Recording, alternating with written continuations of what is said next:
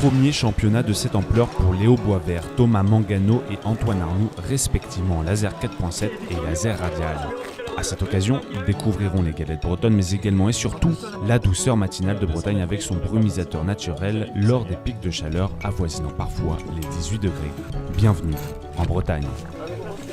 Pourtant connue pour être un des spots les plus prisés de France, cette fois-ci la Bretagne proposera un schéma où tactique et technique seront maîtres mots pour s'assurer d'avancer. Garde à celui qui néglige les marées provoquant de forts courants. C'est ce que nous explique Antoine.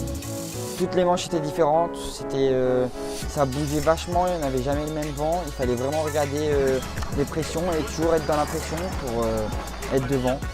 Et donc c'était vraiment ça la chose la plus difficile. Tout au long de la semaine, nos 3 coureurs se montreront particulièrement réguliers alors que la globalité de la flotte sera soumise à de multiples irrégularités, favorisant le brassage perpétuel des classements provisoires. Ce scénario profitera à l'équipe monégasque. Ils ont eu une certaine constance dans le résultat, une certaine continuité dans le résultat, et ils ont réussi quand même à placer des manches dans les 10 premiers de façon assez régulière, et ça leur a permis de rester assez haut dans le classement. Une régularité qui ira bien au-delà de ce que nous pouvions imaginer. En effet, Thomas créera la surprise en s'alignant 8e la veille des phases finales, lui permettant de concourir la demi-finale contre 5 autres adversaires. J'ai fait des belles manches et j'ai réussi à garder ma 8e place. Du coup, aujourd'hui, on va rentrer dans la finale. C'est parti, départ.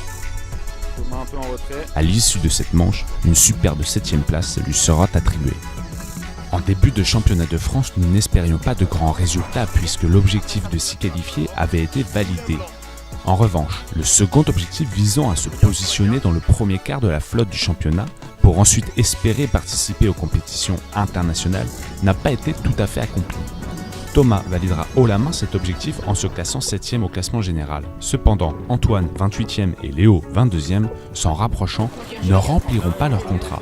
L'ensemble de la team souhaite désormais passer la vitesse supérieure pour la saison à venir.